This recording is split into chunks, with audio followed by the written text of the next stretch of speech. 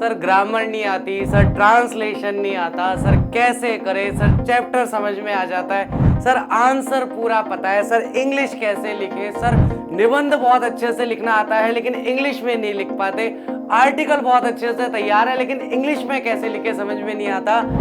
1 साल से ऊपर हो गया, यही सारे के सारे कमेंट्स हैं जिनसे सारे वीडियोस भरे पड़े। एक भी ऐसा वीडियो नहीं होगा जिसके नीचे ये बात का कमेंट ना आया हुआ हो, चाहे स्टूडेंट 9th क्लास का हो, चाहे 10th का हो, चाहे 11th का हो, चाहे 12th का हो। किसी भी क्लास के स्टूडेंट से बात कर लो, आप किसी भी क्लास के स्टूडेंट से पूछो भैया इंग्लिश में क्या समस्या है, इंग्लिश लिखनी नहीं आती। सीधी सी एक बात है कि इंग्लिश लिखनी नहीं आती। So hello everyone, how are you all, कैसे आप सभी लोग। उम्मीद करता हूँ आप सभी लोग अच्छे होंगे, आपकी पढ़ाई अच्छे से चल रही होगी। मैं चित्रांश दादेश, आप सभी का फ्रेंड एंड कंपेनियन, आज के इस छोटे से सेशन में आपका स्वागत करता हूं। एक बहुत बड़ी खुशखबरी मैं आप लोगों के लिए आज लेकर के आया हूं। अब से हम लोग ट्रांसलेशन भी सीखेंगे, और जैसे लास्ट ईयर एक सिंगल शॉट ट्रांसलेशन का वीडियो आया था, इस बार हम पूरी की पूरी एक सीरीज स्टार्ट करेंगे जिसके अंदर हम लोग ट्रांसलेशन को देखने वाले हैं। तो गाइस, बात करेंगे हम हिंदी टू इंग्लिश ट्रांसलेशन के बारे में, यानी कि जो भी ट्रांसलेशन हम सीखेंगे वो कौन सी भाषा से होगा, हिंदी भाषा से अंग्रेजी भाषा में ट्रांसलेशन करना हम लोग सीखने वाले हैं, अनुवाद करना हम लोग सीखने वाले हैं। तो क्या जरूरत है इस सीरीज की और क्यों ये सीरीज हम लोग लेकर के आए, इसके बारे में थोड़ी सी बात करने के लिए मैं आया हूं आप लोगों के साथ। तो गाइस, जैसा कि मैंने लेक्चर की स्टार्टिंग ही ऐसे की कि मैं ये सारे के सारे कमेंट पढ़ता हूं, सोचता हूं क्या किया जाए। और दिसंबर के महीने में मुझे याद है जब एक सेशन चल रहा था संडे स्पेशल, उसमें निखिल सर ने आप लोगों से प्रॉमिस किया था कि ट्रांसलेशन को लेकर के इंग्लिश में बैकग्राउंड में बहुत काम चल रहा है, बहुत कुछ चीज़ें चल रही है जिस पे टीचर्स काम कर रहे हैं, सभी लोग मेहनत कर रहे हैं। तो गाइज, अब फाइनली वो टाइम आ गया है जब हम लोग ट्रांसलेशन की इस सीरीज को स्टार्ट करेंगे। तो ये इसलिए हमारे लिए ज़रूरी है कि अगर हमें कोई भी जानकारी हिंदी में भी है, अगर हमें कोई जानकारी हिंदी में भी है तो उस बात को हम इंग्लिश में लिख पाएं। तो इससे हमें क्या फायदे होने वाले हैं, तो ये कुछ हमारे ऑब्जेक्टिव्स हैं, कुछ हमारे उद्देश्य हैं। उन उद्देश्यों को पूरा करने के लिए ही हम लोग ये एक लेक्चर की सीरीज लेकर के आ रहे हैं। उसमें सबसे पहला उद्देश्य हमारा जो है वो है लैंग्वेज कमांड, यानी कि अंग्रेजी भाषा पर आपका अधिकार हो। आप में से कई विद्यार्थी जो हैं वो नीट की, जेईई की, अलग अलग एग्जाम की तैयारी कर रहे होंगे या आगे करने का विचार रखते होंगे। उनके लिए भी इंग्लिश बहुत ज्यादा जरूरी है, ना केवल लिखना बल्कि पढ़ना भी। दोनों चीजें उनके लिए बहुत ज्यादा आवश्यक है कि इंग्लिश पढ़ भी पाए और लिख भी पाए, ताकि उनकी आगे की पढ़ाई अच्छे से हो पाए। दूसरा हमारा उद्देश्य क्या है, राइटिंग कैपेबिलिटी या राइटिंग कैपेसिटी। आप जो भी आपके विचार हैं, जो भी आपके थॉट्स हैं, उन्हें आप इंग्लिश में लिख पाए। इसका मैं कई बार एक उदाहरण देता हूं कि मेरे मन में सबसे पहला वाक्य आया कि मुझे भारत के इतिहास के बारे में लिखना है, और वाक्य कुछ ऐसा है हिंदी में कि भारत का स्वर्णिम इतिहास बहुत ही विशाल है।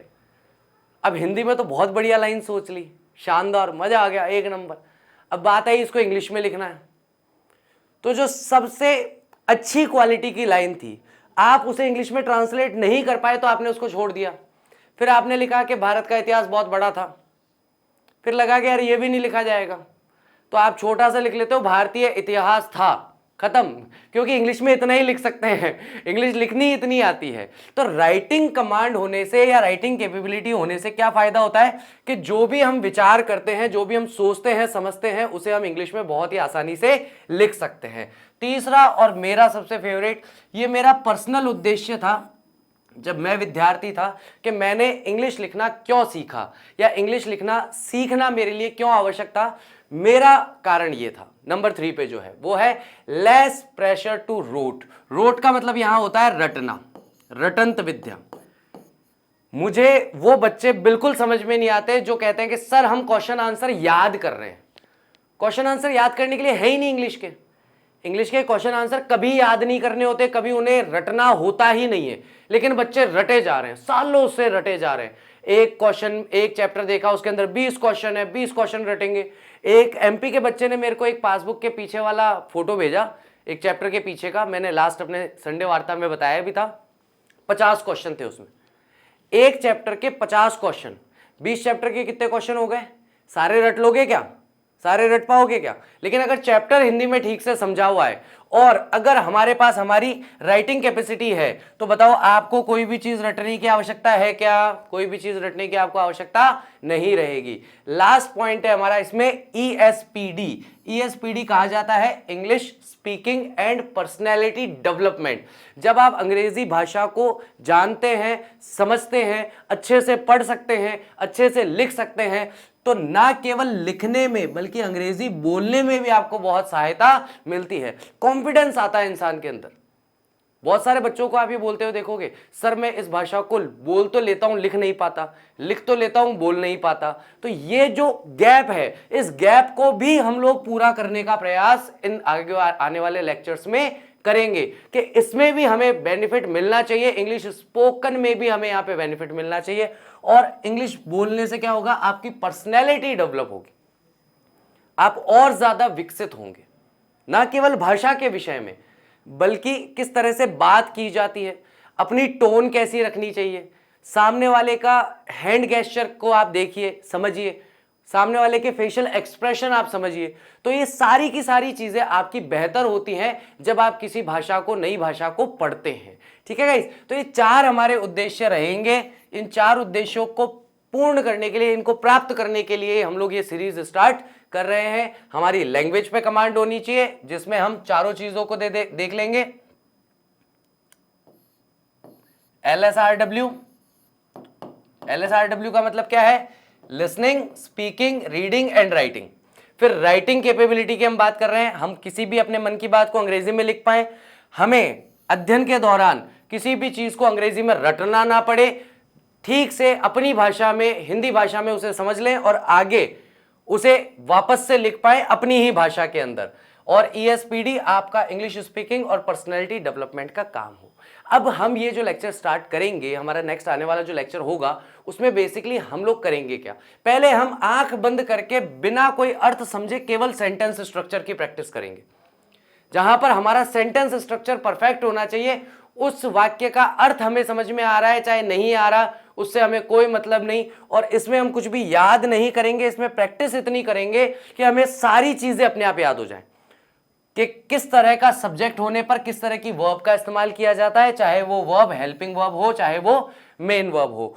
ऑब्जेक्ट जो है वो कितने तरीके के हो सकते हैं और उनका वाक्य में क्या स्थान होता है, क्या महत्व होता है। केवल इतना समझ करके इसकी हम लोग इतनी प्रैक्टिस करेंगे कि अगर अंग्रेजी भाषा में कोई वाक्य लिखा हुआ है तो उसे देख करके हम लोग मार्क कर सके कि इसमें से सब्जेक्ट कौन सा है, हेल्पिंग वर्ब कौन सी है, मेन वर्ब कौन सा है, ऑब्जेक्ट कौन सा है।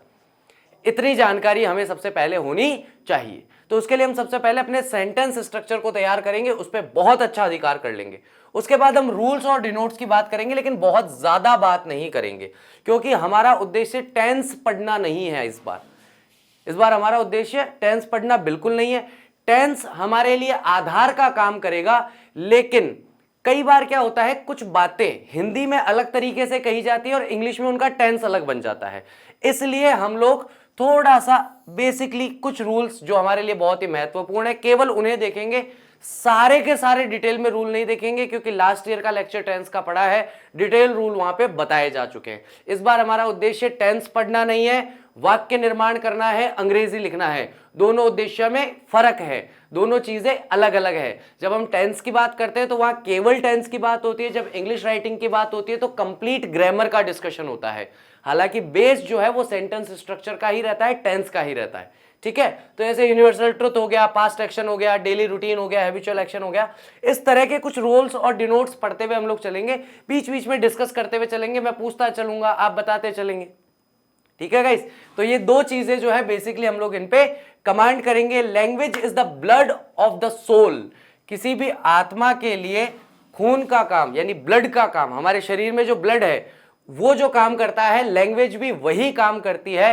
इनटू विच, जिसमें कि थॉट्स, ये सबसे महत्वपूर्ण चीज है, आपके जितने भी विचार हैं, run and out of which they grow, यानी कि जिसमें हमारे विचार चलते हैं और उसी से नए विचारों की उत्पत्ति भी होती है। कुछ मैं पढ़ रहा हूं तो मैं अपने अंदर नए विचारों का समावेश कर रहा हूं, उन विचारों पर मैंने चिंतन किया, मनन किया, कुछ सोचा समझा और जब उसी के बारे में वापस बात करूंगा डेफिनेटली मैं और पहले से बेहतर ग्रो होऊंगा। हमारी आदत क्या पड़ गई है, हर बात को अनुवाद करके पढ़ने की। लेकिन ध्यान रखना, जब भी हम किसी भाषा का दूसरी भाषा में अनुवाद करते हैं ना, उसका मूल भाव चला जाता है, फिर वहां केवल शाब्दिक अर्थ समझ में आते हैं, लेकिन मेन मूल रूप से जो उसका भाव है उस वाक्य का, वो चला जाता है। ये बात किसने कही है? ओलिवर वेंडल होम्स ने ये बात कही है। ठीक है गाइस, तो ये आप लोग जो डोरेमोन देखते होंगे उनको पता होगा, मुझे सच में इसकी जानकारी नहीं है। थैंक यू शान सर। शान सर ने मुझे बताया कि भाई डोरेमोन के पास एक ऐसा गैजेट था जिससे आप किसी भी भाषा को सीख सकते हैं, किसी भी भाषा का ट्रांसलेशन आप कर सकते हैं। तो now Doraemon's translation gadget is here now for you. अब आप लोगों के पास में यहीं पर है, हाँ, ट्रांसलेशन गैजेट आपको यहीं मिल गया यूट्यूब पर। अब आप ट्रांसलेशन सीखिए। बस आपका काम क्या है कि जैसा मैं आपको कहूंगा बेटा ऐसा करना है, आंख बंद करके वैसा करना जारी रखिए, तो अपने आप सारी चीजें बहुत बेहतर हो जाएंगी। ठीक है, तो कब से स्टार्ट होने वाला है? अरे गलती से आ गया कब से स्टार्ट होने वाला है? हाँ, देख ही लिया, अब तो तारीख देख ली, अब तो सस्पेंस ही खत्म हो गया। अरे राम, मैंने ध्यान नहीं दिया। चलिए, तो हम लोग कितनी तारीख से स्टार्ट करने वाले हैं? फटाफट से कमेंट बॉक्स में लिख करके प्रेजेंट वाले बच्चे आज मुझे कमेंट करेंगे कि सर मैं पूरी की पूरी सीरीज अटेंड करूंगा डे 1 से लेकर के लास्ट डे तक। ठीक है, हमारी कोशिश रहेगी कि ये जो हमारा सेशन चलेगा ये 3 जून 2023 से स्टार्ट हो जाएगा। हमारी कोशिश ये रहेगी कि 20 लेक्चर्स के अंदर हम इस पूरे काम को सीखें।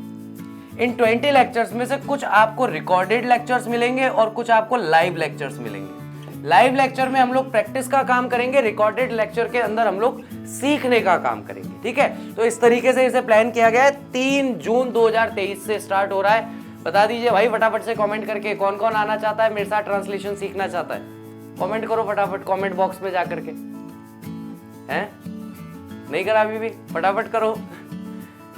चलिए गाइस, तो उम्मीद करता हूं कि आप लोगों को आज का जो छोटा सा सेशन था अच्छा लगा होगा। ये हमारी तरफ से एक कोशिश है आप लोगों के लिए, आपके बेटरमेंट के लिए, और जैसे हमारी तरफ से आपको सहयोग मिल रहा है, उम्मीद करते हैं आप भी हमें आगे इसी प्रकार से सहयोग करेंगे।